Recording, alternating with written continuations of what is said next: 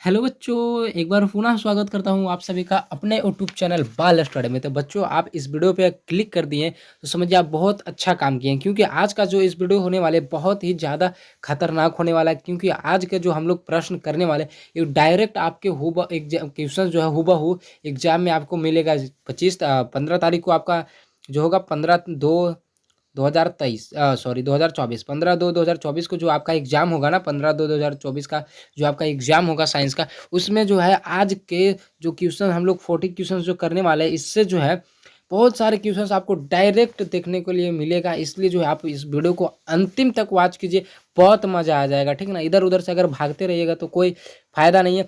एक वीडियो को देखिए, पूरा देखिए, तब आपको पता चल जाएगा कि हाँ क्या चीज़ है इसमें। ठीक है ना, आपको इतना फोर्स कर रहे हैं किस लिए कर रहे हैं। चलिए तो हम लोग जल्दी से इसका जो है करते हैं। बाकी यहाँ पे जो है हम लोग जो है क्वेश्चंस करने वाले, यहाँ पे 40 क्वेश्चन। तो आप देखिएगा कि यहाँ पे 41 क्वेश्चन है, 41 से स्टार्ट है। तो बाबू इसका 40 क्वेश्चन जो है हम पहले करवा चुके हैं। इसके पहले वाला अगर आप वीडियो नहीं देखे तो इसके डिस्क्रिप्शन में हम लिंक दे देंगे, पहला वाला का 1 से 40 तक का, आप वो देखिएगा जरूर। क्योंकि उसमें तो और खतरनाक खतरनाक क्वेश्चन था, 80 क्वेश्चन था। 80 जो है 80 एकदम जहर क्वेश्चन था। इसलिए जो है सभी को करना मत भूलिएगा। ठीक ना, और अगर वीडियो पे आ ही गए तो अंतिम तक वॉच करके जाइए, बहुत मजा आने वाला है। ठीक ना, चलिए तो देखिए यहाँ पे क्या है। 41 नंबर क्वेश्चन कि इथेन में कितने सहसंयोजक बंधन होते हैं। इथेन में कितने सहसंयोजक बंधन होते हैं, इसका जल्दी से आप लोग जवाब तो नहीं दे पाइएगा, क्योंकि ये लाइव क्लास तो है नहीं, तो है ना। तो एक तो इसका देखिए हो जाएगा, इथेन में हम ही बता देते हैं। इथेन में जो है, इथेन में कितने सहसंयोजक बंधन होते हैं बाबू, तो याद रखिएगा कितने होते हैं, 7 होते हैं। इथेन में सहसंयोजक बंधन की संख्या कितनी होती है, 7 होता है। ऑप्शन हो जाएगा इसका डी। अब इसके बाद है अगला नंबर क्वेश्चन, 42 नंबर क्वेश्चन। देखिए बहुत ज़्यादा खतरनाक क्वेश्चन है कि CnH2n+2 किसका सामान्य सूत्र है ना। देखिए ये क्वेश्चन जो है बहुत बार ऑब्जेक्टिव में पूछा जा चुका है और बनता भी है ऐसा सवाल कि CnH2n+2 किसका सामान्य सूत्र है। ए में है देखिए अल्काइन का, रुकिए, ए में है अल्काइन का, और बी में है एल्किन का, और सी में है एल्केन का, और डी में है प्रोपाइल का। डी में है प्रोपाइल का। जल्दी से अगर आप लोग जानते हैं तो इसका कमेंट बॉक्स में जवाब दे दीजिएगा। बाकी अगर नहीं जानते तो हम जो है इसका जवाब दे देते हैं। तो ये देखिए CnH2n जो है किसका है, CnH2n, ये किसका सूत्र है, तो ये है एल्केन का। किसका सूत्र है, एल्केन का हो जाएगा बाबू। ऑप्शन हो जाएगा इसका सी। याद रखिएगा CnH2n+2 किसका सूत्र है, तो एल्केन का सूत्र है। अब अगला नंबर क्वेश्चन है देखिए 43 नंबर क्वेश्चन, बहुत खतरनाक क्वेश्चन है, बहुत एकदम खतरनाक क्वेश्चन है। क्या है कि नीला थोथा जिसको बोलते हैं तूतिया, नीला थोथा जिसको बोलते हैं तूतिया का रासायनिक सूत्र है। तो क्या होता है इसका फॉर्मूला, इसका फॉर्मूला जो है क्या होता है, तो इसका देखिए फॉर्मूला होता है बाबू, इसका फॉर्मूला होता है CuSO4 × 5H2O। CuSO4 × 5H2O, देखिए CuSO4 इंटू 5H2O इस तरह से जो है इसका फॉर्मूला होता है। तो इसको आप लोग याद रखिएगा कि नीला थोथा यानी कि तूतिया का रासायनिक सूत्र क्या होता है, तो CuSO4 × 5H2O होता है। ठीक ना। अब इसके बाद है अगला नंबर क्वेश्चन, अगला नंबर क्वेश्चन है 44 नंबर क्वेश्चन कि आवर्त सारणी के उदग्र उदग्र स्तंभों को क्या कहा जाता है। उदग्र स्तंभों को क्या कहा जाता है, यानी जो खड़ा खड़ा जो खड़ा खड़ा ऐसे रहता है ना, उसको क्या कहा जाता है। आवर्त सारणी के उदग्र स्तंभों को क्या कहा जाता है, तो उसे कहा जाता है वर्ग। उसे क्या कहा जाता है, वर्ग। तो वर्ग कितने, तो बाबू ये भी ऑब्जेक्टिव में आपका बनता है कि वर्ग की संख्या कितनी होती है, तो 18 होती है। वर्ग की संख्या कितनी होती है, 18। और जो ऐसे ऐसा लेटा कर हुआ रहता है ना, इसको बोलते हैं हम लोग आवर्त। इसको क्या बोलते हैं हम लोग, आवर्त। और इसकी आवर्त की जो संख्या होती है 7 होती है। आवर्त की संख्या कितनी होती है बाबू, 7। तो याद रखिएगा कि उदर्ग स्तंभों को जो जो उदर्ग स्तंभ मतलब जो खड़ा रहता है उसको हम लोग वर्ग बोलते हैं, और वर्गों की संख्या 18 होती है। और जो लेटा हुआ जैसा रहता है उसको आवर्त बोलते हैं, और आवर्तों की संख्या जो है 7 होती है। बाबू याद रखिएगा, ठीक है। चलिए अब अगला नंबर क्वेश्चन देखते हैं। 45 नंबर क्वेश्चन क्या है कि आवर्त सारणी के प्रथम वर्ग के सदस्य, आवर्त सारणी के प्रथम वर्ग, जैसे ये वाला को हम लोग वर्ग बोलते हैं ना, तो ये शुरू में जो है ना, ये शुरू में जो है शुरू वाला जो वर्ग है वो किस वर्ग का सदस्य है, कि आवर्त सारणी के वर्ग का सदस्य है। जल्दी से अगर आप जानते होंगे तो कमेंट बॉक्स में इसका जवाब जरूर दीजिएगा, और अगर आप नहीं जानते तो इसका बता देते हैं। इस ऑप्शन हो जाएगा बी, हो जाएगा क्षारीय धातु। क्या हो जाएगा बाबू, क्षारीय धातु। आवर्त सारणी का जो पहला है, पहला वर्ग का प्रथम वर्ग का जो सदस्य है वो क्या कहलाता है, क्षारीय धातु कहलाता है। क्षारीय धातु कहलाता है। ऑप्शन हो जाएगा इसका बी बाबू, ठीक है। अब अगला नंबर क्वेश्चन देखते हैं। 46 नंबर क्वेश्चन बहुत मजेदार क्वेश्चन है कि सोडियम कार्बोनेट का अणुसूत्र है। सोडियम कार्बोनेट का अणुसूत्र है। ये भी बहुत खतरनाक क्वेश्चन है। बिहार बोर्ड में बहुत बार ये क्वेश्चन पूछा जा चुका है। तो सोडियम कार्बोनेट का अणुसूत्र होता है बाबू Na2 × CO3 Na2 × CO3 Na2 Na2 देखिए Na2 into CO3 Na2 into CO3 बहुत बार ये क्वेश्चन जो है अब बिहार बोर्ड में बन चुका है, बहुत बार ये बिहार बोर्ड में बन चुका है, इसलिए इसको याद रखिएगा। कितना होता है Na2 इंटू CO3, Na2CO3 होता है सोडियम कार्बोनेट। अब अगला चलते हैं, देखते हैं 47 नंबर क्वेश्चन कि -CHO माइनस इसको नहीं पढ़ते हैं, बस इसको CHO को माइनस बोल देते हैं, ठीक है। CHO, ठीक ना, CHO क्रियामूलक समूह को क्या कहते हैं? तो इसको देखिए कहते हैं बाबू, इसको बोलते हैं अल्कोहल बोलते हैं, इसको क्या बोलते हैं? अल्कोहल, ठीक ना। क्या हो जाएगा इसका? अच्छा शायद गलती हो रहा है हमसे, है ना, अल्कोहल नहीं, इसको एल्डिहाइड बोलते हैं, इसको क्या बोलते हैं? एल्डिहाइड बोलते हैं, ठीक ना। ये देखिए क्रियामूलक जो समूह होता है, क्रियामूलक समूह फिर से देखिए ये ऐसे लगा हुआ रहता है और CHO, तो इसको हम लोग जो है बोलते हैं एल्डिहाइड। इसको क्या हम लोग बोलते हैं? एल्डिहाइड। याद रखिएगा इसको क्या बोलते हैं? एल्डिहाइड। अब अगला देखिए 48 नंबर क्वेश्चन है कि सबसे कठोरतम तत्व कौन सा है? ये देखिए 75 बार क्वेश्चन पूछा जा चुका है, बार बार ये क्वेश्चन पूछता है, बहुत आसान है और बार बार क्वेश्चन ये बिहार बोर्ड में बनता है कि सबसे कठोरतम तत्व कौन है? तो सबसे कठोरतम तत्व है बाबू हीरा। सबसे कठोर है हीरा, हीरा से ज़्यादा कठोर कोई है ही नहीं दुनिया में। सबसे अगर कठोर पदार्थ है तो क्या है? हीरा। अगर हीरा को आप क्या लोहा से तोड़िएगा तो लोहा टूट जाएगा, लेकिन हीरा नहीं टूटेगा, समझ गए ना। तो 48 का क्या हो जाएगा? ऑप्शन हो जाएगा बी, सबसे खतरनाक क्वेश्चन ये था। अब अगले क्वेश्चन है कि 49 नंबर क्वेश्चन अकीरी तत्व है। अकीरी तत्व है, देखिए ये सभी जो है एकदम आवर्त सारणी अगर आप पढ़े होंगे ना, आवर्त सारणी अगर पढ़े होंगे तो आपको मालूम होगा कि आवर्त सारणी में अकीरी तत्व कौन कहलाता है? तो जो लास्ट वाला होता है ना, जो लास्ट वाला जो तत्व होता है, जो लास्ट वाला जो तत्व है, 18वां जो तत्व, 18वां वर्ग जो है, जिसमें helium, neon, argon, xenon, radon ये सभी जो होते हैं, उसको ही हम लोग अकीरी तत्व बोलते हैं, यानी अकीर तत्व कहते हैं। ये सभी जो होता है उसमें गैस होते हैं। जो 18वां जो वर्ग वाला है उसमें क्या होते हैं? क्या होता है? गैस होते हैं, और जिसमें से क्या आ जाएगा? अकीरी गैस हो जाएगा हीलियम, ठीक ना। यहाँ पे अगर हीलियम, नियोन, Ne भी रहता, अगर आर्गन भी रहता, तो ये सभी भी अकीरी गैस ही कहलाएगा। समझ गए बाबू? चलिए अब अगला नंबर क्वेश्चन है, अगला नंबर क्वेश्चन 50 नंबर क्वेश्चन कि आधुनिक आवर्त सारणी में तत्वों के वर्गीकरण का आधार है। आधुनिक आवर्त यानी जो मॉडर्न जो आवर्त सारणी है, तत्वों के वर्गीकरण का आधार क्या है? किस चीज़ पे जो है तत्वों का आवर्त सारणी का वर्गीकरण किया गया? परमाणु आयतन पर, परमाणु घनत्व पे, परमाणु द्रव्यमान पे, या परमाणु संख्या पे, या परमाणु संख्या पे। तो इसका देखिए किया गया बाबू, इसका किया गया परमाणु संख्या पे किया गया है। ऑप्शन हो जाएगा इसका डी हो जाएगा। क्या हो जाएगा? ऑप्शन हो जाएगा इसका डी, परमाणु संख्या पे किया गया, ऑप्शन डी।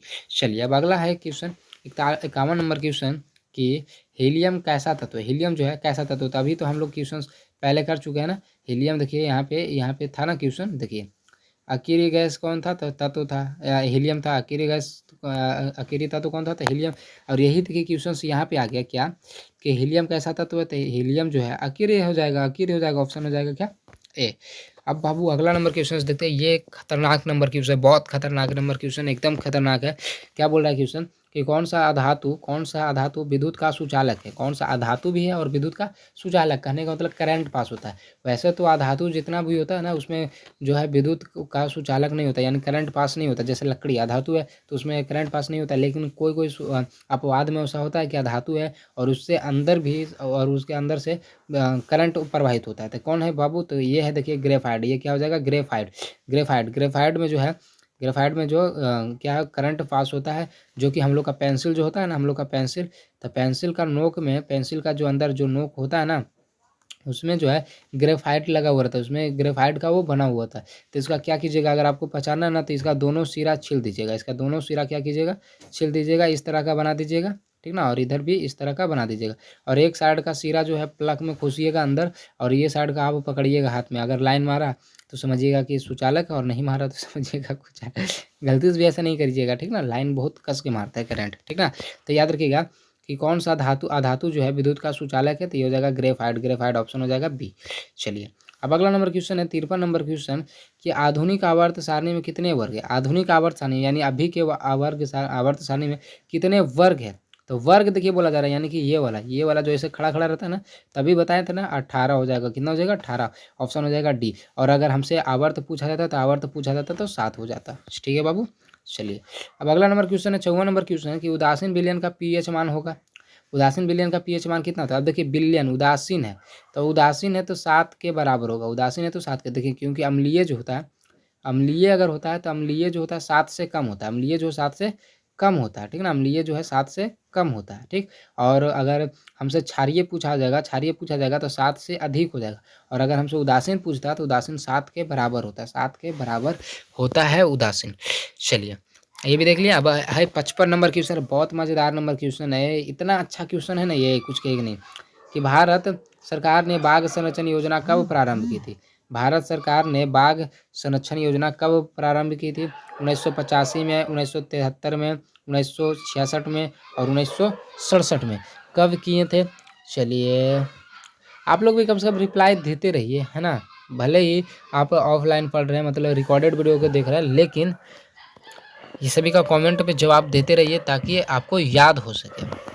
चलिए अगर आप लोग दे दिए होंगे तो बहुत अच्छा, नहीं दिए हैं तो चलिए हम बताते हैं। हो जाएगा इसका ऑप्शन हो जाएगा बी, 1973 ईस्वी में भारत सरकार ने बाघ संरक्षण योजना कब प्रारंभ की? तो 1973 में बाबू। और एक बात बाबू, अगर अभी तक चैनल को सब्सक्राइब नहीं किए, वीडियो को लाइक नहीं किए तो प्यारे बच्चों वीडियो को लाइक और सब्सक्राइब चैनल को जरूर कर दीजिएगा। और साथ ही साथ प्यारे बच्चों जो है ना वीडियो को शेयर जरूर कीजिएगा, क्योंकि जितने लोगों के पास जाएगा उतना हमें खुशी मिलता है, समझे। जितने लोग देख पाएंगे इस वीडियो को, मेरा वॉइस सुन पाएंगे, उतना हमको खुशी मिलता है। वॉइस की बात तो अलग है, ये क्वेश्चन से एकदम जहर जहर है, क्योंकि इससे जो है क्वेश्चन एग्जाम में डायरेक्ट आपको देखने को मिलेगा। और आपको भी लग रहा होगा कि नहीं सर आप बात सही बोल रहे हैं, यही सब क्वेश्चन जो है बिहार बोर्ड में पूछा जाता है। अगर आप पढ़ने वाले होंगे तो आपको पता चल रहा होगा कि नहीं ये क्वेश्चन जो है सटीक एकदम बताया जा रहा है कि नहीं।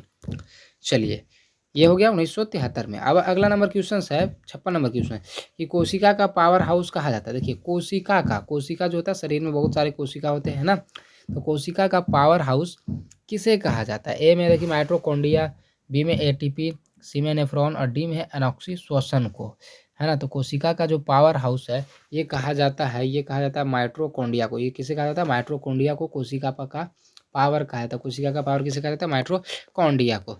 चलिए अब अगला नंबर क्वेश्चन 57 नंबर क्वेश्चन, किस प्रकार के जनन में जनक के शरीर से कालिका निकलती है? किस प्रकार के जनन में जो है किस प्रकार के जनन में जनक के शरीर से कालिका निकलती है?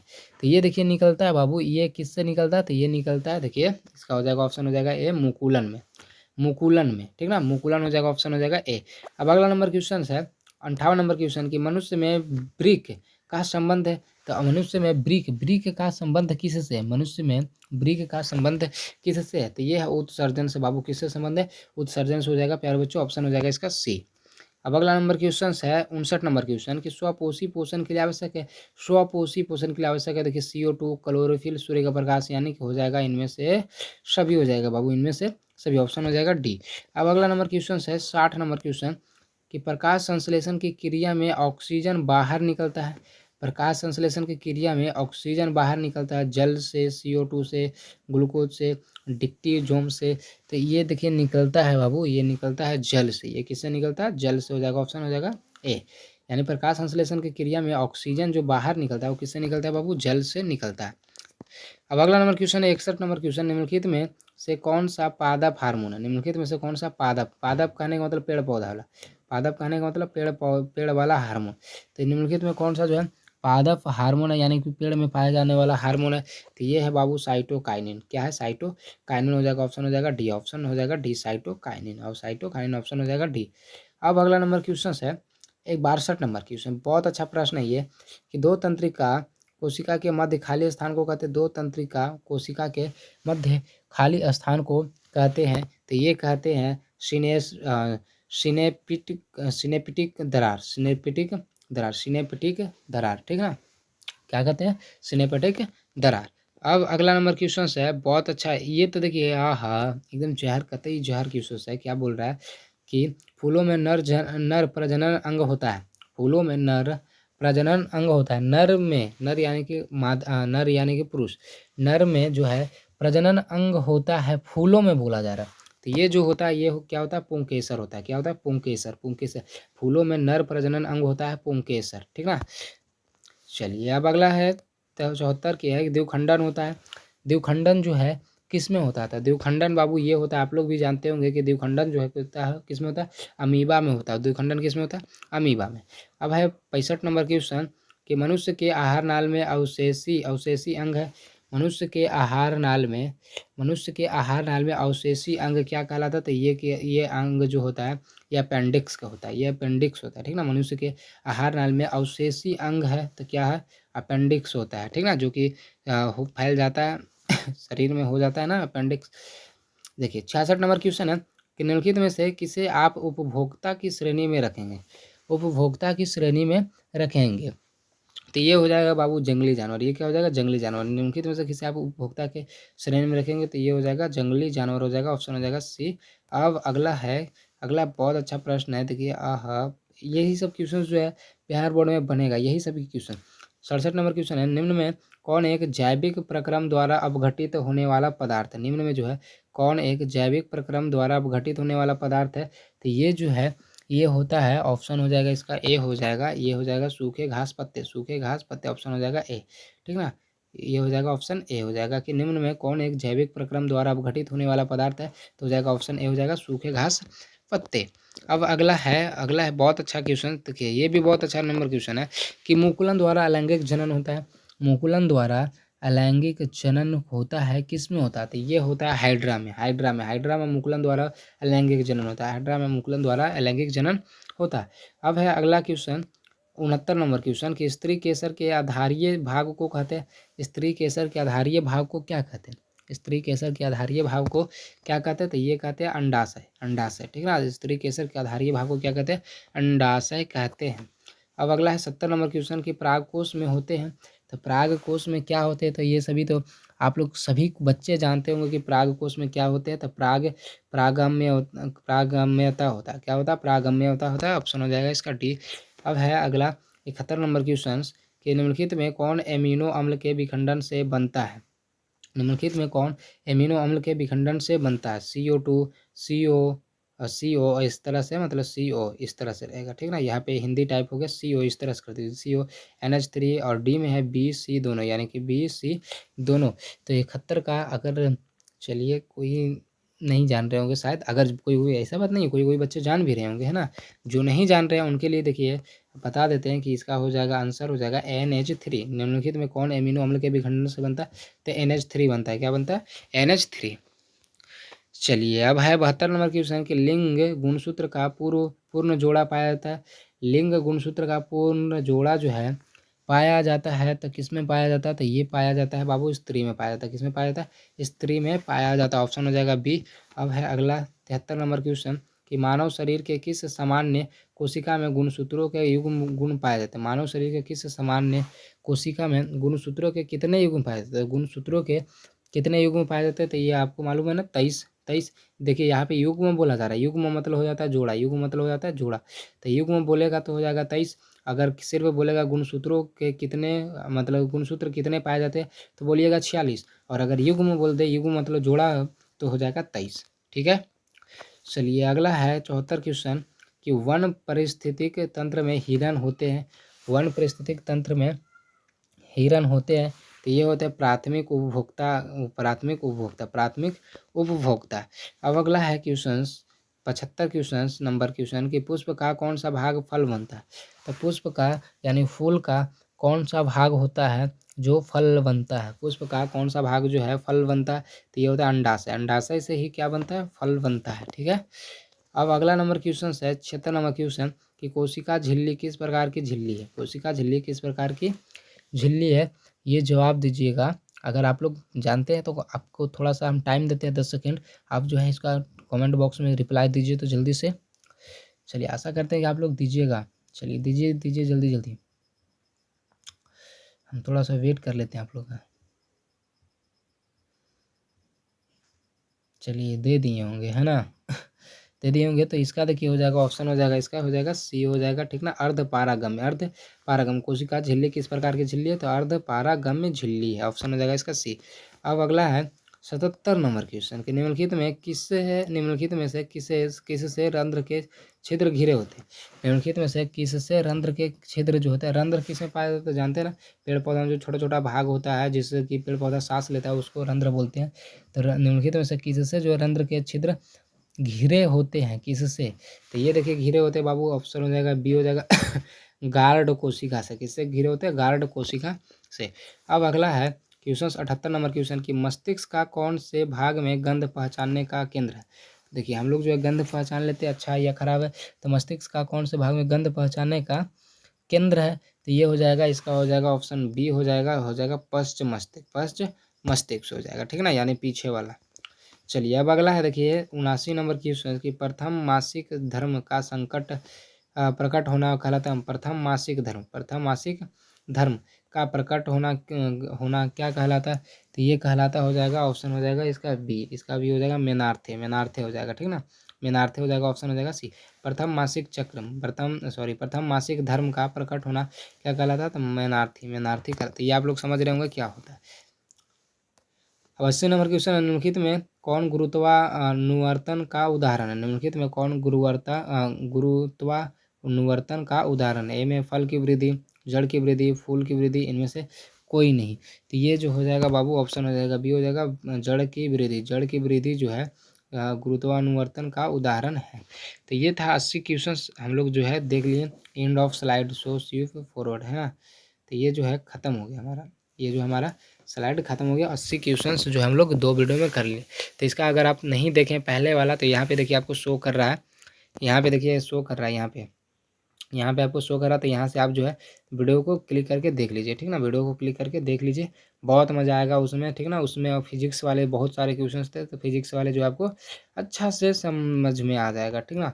तो वो देखिएगा ज़रूर, बहुत मज़ा आएगा, ठीक ना। तो चलिए बाबू, अगर आपको वीडियो को अच्छा लगा प्यारे बच्चों, तो वीडियो को लाइक ज़रूर कर दीजिएगा, और चैनल को नए हैं तो चैनल को सब्सक्राइब कर दीजिएगा, और दोस्तों में तो शेयर ज़रूर कीजिएगा प्यारे बच्चों, ठीक है। मिलते हैं अगले वीडियो में प्यारे बच्चों, तब तक के लिए जय हिंद, जय भारत।